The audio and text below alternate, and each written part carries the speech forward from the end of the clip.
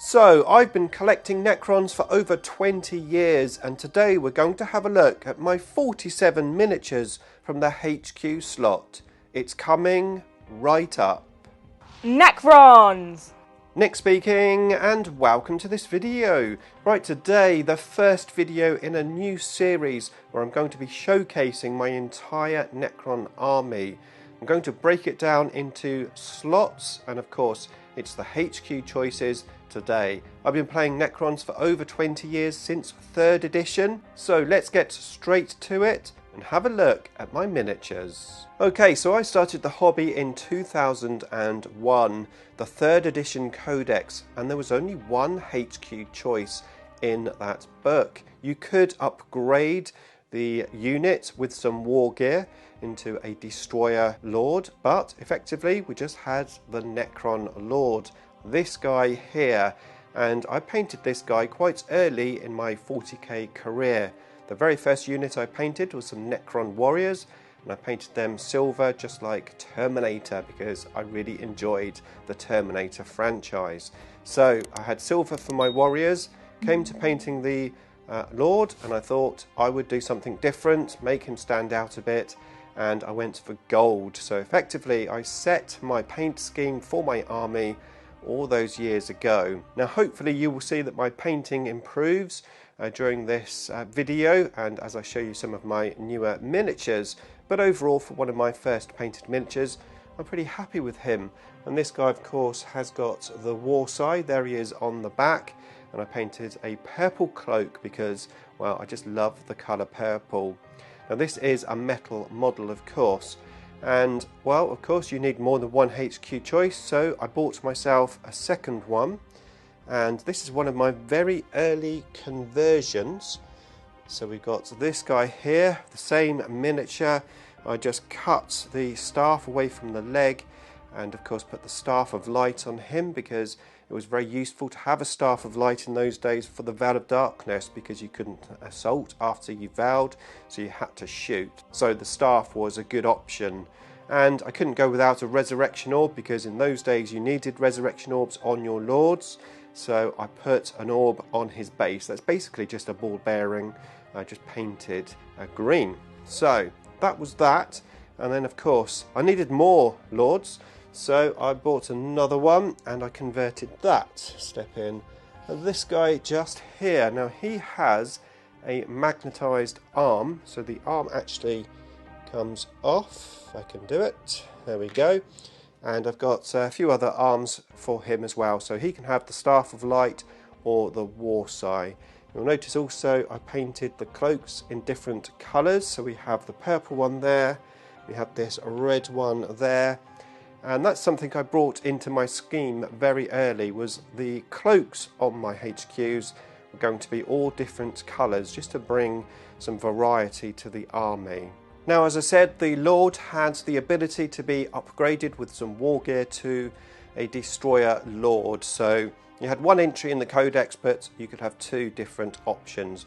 And the Destroyer Lord of course had this body here, which I really like, and of course I painted him gold as well as the silver, so started to really bring my own sort of paint scheme into the army right from the early stages. I did a conversion as well. I did this guy here. He's my Wraith Lord, as I call him, but basically he stands in as a Destroyer Lord, and of course I've used the bottom half of a Wraith, one of my very early conversions. I even gave him a cape just to bring that sort of feel into the Lords. Now again, the resurrection orbs were a thing back then, and my little scarab there is holding a resurrection orb because of course I was using this arm here. So it's not holding an orb, but there is an orb on the miniature because back then you needed an orb with your Lord because it gave you a 4+ will be back roll, or reanimation protocol as it's now called. So that was it. That was the 3rd edition HQ choices, just 2 choices available to us. However, of course, we got a brand new codex around the end of 5th, beginning of 6th edition. We got quite a few new miniatures along with some new fluff. So in that codex we had Imhotep the Stormlord and the introduction of a material called Fine Cast, basically Games Workshop's resin. What they did is they took all of their metal miniatures and they made them resin miniatures, and we had a few new resin characters. This was the very first resin miniature that I had, and also my very last one. I vowed never to buy a resin after having Imhotep because I had a load of issues with him, which I'm not going to talk too much about here. So Imhotep the Stormlord, and this was the first weapon that I actually painted green on the staff. I didn't continue that theme with the rest of the miniatures, but I thought I would try it out. It was one of my first attempts at blending. And then we have the next character, Nemesor Zandrek, which I didn't buy in Finecast. You may have seen this recently on my channel. This is a converted or kit bashed miniature made fully from plastic, and I'm so glad that I did that. Hopefully you can see a difference in the paint scheme because that's one I've recently painted. I'm trying to match it into my very old paint scheme, and even though it's basic techniques like dry brushing, you know, you can get better at dry brushing, and hopefully you can see the difference. So yeah, Nemesor Zandrek. And then we have Vargard Oberyn, which I also kit bashed out of plastic. Again, this is quite a recent miniature that I've done on the channel. I'm very happy with this guy. Really pleased how he came out, and he looks just like the original. So I'm super proud of this guy. Now we're going to move on to this little fella here. This is my old Illuminor Xerus. Now this is a custom scratch built miniature that I had done for me. Actually he started life out as a Cryptek, but he came out a little bit too small in scale, and I thought he would make a fantastic Illuminor stand-in miniature because, as I said, I refused to buy Finecast, and the Illuminor miniature was actually quite small at the time, so he was always my Illuminor. He does have a magnetized arm, but this guy is all made from green stuff and plasticard. Really cool miniature. Of course we had a brand new Illuminor Xerus miniature come out fairly recently, which we'll look at in a bit, but for now let's have a look at the next new unit we had in this codex. And that's this guy, Orican the Diviner, however you say it. This is my Orican conversion. He is actually converted from a Finecast Cryptek. Just added a towel to him and I extended his staff, and I made him as much as I could like the original miniature. Now of course Orican can become empowered, and I needed an empowered miniature because I thought that would be really cool. So I got this guy here. Ta-da! This is from a company called Master Crafted Miniatures. Yes, I had to try and think of the name. Now I painted this guy blue to match into the empowered miniature, and I just think it's a really nice touch that when you roll the dice and he becomes empowered, that you replace the miniature with something, well, that looks empowered. Now I do actually use this guy as a Catan as well, or I have done over the years, but he's basically an empowered Orican. So next we have this guy here, Anrakur the Traveller, who actually is a Finecast miniature. However, I didn't buy him or paint him, he was given to me. Now whilst the person tried to match it into my paint scheme, the gold is off. I did consider repainting him, but I'm not going to. I'm just going to leave him as he is, and of course at some point hopefully we will get a replacement plastic miniature, and of course I'll buy that and paint that one. So next is my Trazyn the Infinite, another kit bashed miniature out of plastic bits, and whilst he's probably not the closest to the original Trazyn, with the cloak not wrapping all around him, I'm still happy with him, and I do think that you can see he's supposed to be Trazyn, so he will do for now until GW actually release a proper plastic Trazyn miniature. Now going back to Finecast, we had the introduction of this unit here, the Necron Overlord. Actually the Necron Lord wasn't in this codex. Actually, I stand corrected. The Necron Lord was available to us. It was in the Royal Court section, which is why I missed it. More about the Royal Court in a bit. But yeah, the Lord was actually still in the Codex, but you didn't really play it because the Cryptex and the Overlords were just too good. Mind Shackle Scarabs. Oh boy, that was good. This was bought for me and painted by Aceface, although I have covered up the little Aceface logo with a magnet. But yeah, of course, my staff has broken. It's broken at the top and bottom. I've re-glued it several times. Yeah, less said about Finecast the better. But like I said, this was the only Overlord miniature that I had, with the exception of another miniature which was kit bashed for me by someone here on YouTube. And here is the kit bash. Really liking this guy. I've used him quite a lot in my army, and we've got sort of a green stuff cape there. He was painted for me as well, of course not in my gold paint scheme, but that's okay, I can live with that. Now in terms of using Overlords in my army, I mainly used this guy. However, we did have the addition of a Necron Cryptek model in this codex. Now this miniature is a Finecast miniature, as a lot of the newer releases were, but we had something pretty cool with this miniature, because in the rules we had what's called a Royal Court, where we could actually take a unit of Cryptex, and we had lots of different war gear options. However, GW didn't release any war gear options. There was just one miniature, and that was a big shame, because I think a plastic kit, a Cryptek with lots of different weapon options, would have been really, really cool. However, that's not what happened. So the Royal Court was 10 Cryptex in a unit, and I thought it would be really cool to have a Cryptek built and painted by other YouTubers, our community.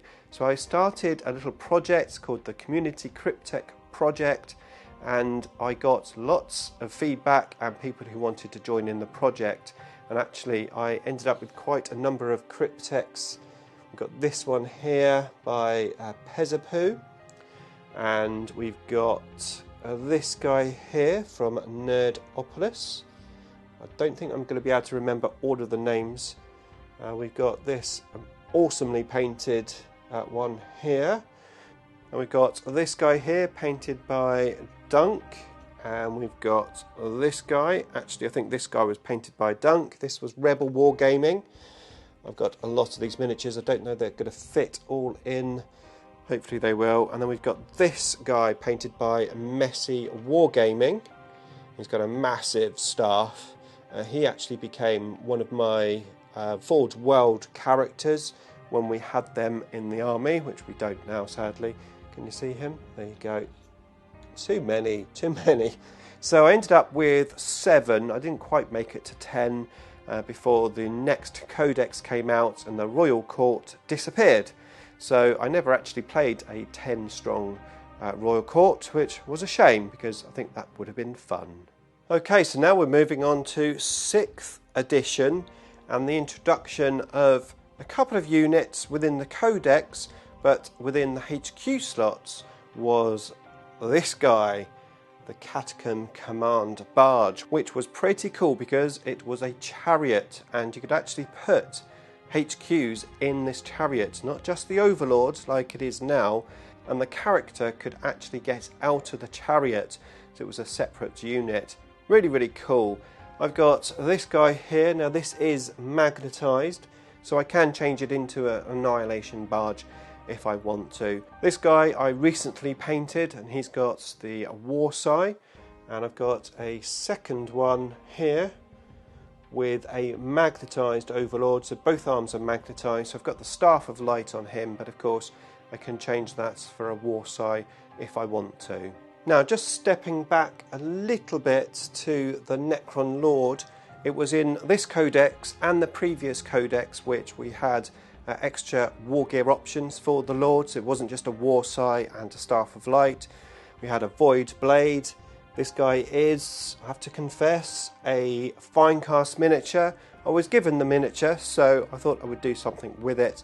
I'm not entirely happy with his right hand, it looks a bit big, but hey ho. I also made an extra arm for this magnetised Lord.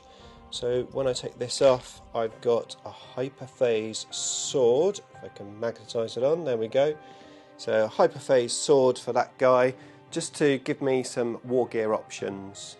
Now it does get a little fuzzy here about the dates and the editions, but we had next this one, which I believe was the 7th edition codex, potentially running into 8th edition as well. I can't 100% remember, but what I can tell you is the command barge lost its chariot rule and it came automatically with an overlord, so the overlord couldn't be changed and also he couldn't disembark. So that's happened in this codex. Now at some point along that timeline we got this guy here, the Technomancer, a new cryptic model, a plastic miniature and a very cool looking miniature. I had a lot of fun building and painting this guy. And well, now we come to 9th edition and of course an explosion of new Necron miniatures. The first one, and actually I think he came out just before 9th edition, I believe this was in the prior Nexus sort of era, a new Illuminor Xeris model, and what a miniature this is. This is so cool. It's huge compared to all of the other Necron characters that we've got, and hopefully it was going to be something which we could look forward to, replacing all of those fine cast miniatures with awesome new bigger character models. However, that didn't quite happen. Instead we just got a load of new characters. We had the Indomitus Overlord with weapons which aren't that great. The Tachyon Arrow, for example. I've got an original one which I built just like the model's supposed to be, and of course a converted one, or slightly converted. I have videos on all of my Indomitus conversions which I'll link up in the description below for you. So yeah, we had the new Overlord, we had the new Royal Warden miniatures, original and converted slightly. He's just leaning back a little bit, but yeah, very, very cool. Again, we've got different sort of cloaked colours just to bring some extra colour into the miniatures. We then have the Plasmancer, original and converted version. Pretty cool miniatures, I'm liking those. And of course we had the Skorpek Lord to join our new Skorpek Destroyer miniatures. This is the original, this is my converted one. Really, really cool miniatures, and it's really great to see so many new miniatures coming out for Necrons. Now after Indomitus we had the Chronomancer.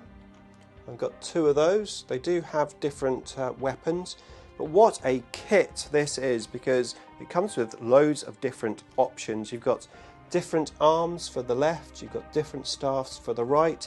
My staff is interchangeable, so I can kit them out how I like, but it's great to have so many options in just one single kit. I wish GW did that more often. We then have the Psychomancer. I only bought one of these miniatures. I might buy more in the future, but of course he's not that playable at the moment. He doesn't have great rules, so I thought one was enough. He is very unusual in his model sort of design, with the cables coming out. He's got no sort of legs. It's almost like a Borg queen or something, but yeah, pretty cool. So we had him, and then we had some anniversary or celebration miniatures. We have Kamatef the Crooked, and we had Hasmatef the Resplendent. Finally, I can remember both of their names. So I just built those just like they were out of the box. They don't have any rules, they're just sort of stand-in miniatures. So probably an Overlord for this guy and a Cryptek of some sorts for that guy. Now I have collected some third-party characters, which I'm going to show you a few of them next. And actually these are from Wargaming exclusive. They're supposed to be female Necron characters. Say what you will about that. I still call them him when I'm playing the game, because it's habits. But anyway, let's have a look at them. We've got this one here, which is some form of Lord or Overlord. Obviously it's got the resurrection orb there in the hand. Pretty cool miniature. Very difficult to glue onto the base, I have to say, but very, very cool. We then have this one, which I believe they call the Black Widow, which I have been using as a Chronomancer in my games, because it's on a slightly bigger base and I think it just matches the Chronomancer look. Again, I think this one looks a little bit like the Borg Queen. So we have that one, and then we have this, I can't remember what it's called, but basically it's a Death Reaper, isn't it? Really, really cool. I painted him like the Death Reaper as much as I could, so I kept him, it's actually a her, painted her like that as much as I could. So I've got that black cape, but I love that weapon. Really, really cool weapon, and a very, very cool miniature. So really like using that one. We then have this one here, a Cryptek of some sort with 2 weapons. Really, really cool. I mean, yeah, a very nice range of miniatures. Oops, forgot to put the 9th edition codex down. Well, there you go, there's the 9th edition codex. GW, why did you make it not A4?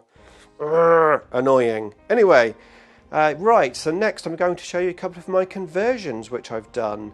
And the first one is this one. I got hold of one of the classic metal lords. So I thought, what could I do with this miniature? I wanted something to make him stand out. So I gave him a tomb spider to stand on, now of course known as a canoptic spider, with a brand new sort of plastic miniature. I did convert this slightly. I added these sort of like extra pieces on the top just to make it look different from a standard tomb spider. So this is a spider that the characters can ride, and I use this guy generally as a command barge stand-in, or just as, well, whatever I want really. He just looks cool. So that's that guy, and of course he's magnetised onto the base. We then have this guy here, which is my converted Technomancer. So again, it's just a standard Technomancer miniature. I swapped the staff around so that he's holding the staff totally different, and of course I gave him an old school spider. I added the sort of brace thing onto here as well, and obviously flattened him out so he looks, you know, a lot different from the actual spiders.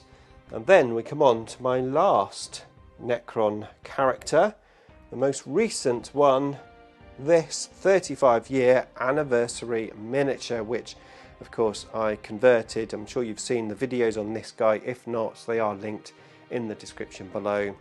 But rather than having the Black Templar killing the Orc, I put my Necron Overlord on there, and he is, well, basically saying, get off my Orc, I want the kill. And yeah, goodbye Black Templar, you're dead. I really hope you enjoyed seeing all those miniatures. If you did, let me know in the comments box below. And of course, keep an eye out for the next video in this series, which will be on the troops choices. In the meantime, here are a couple of other videos you might enjoy watching next.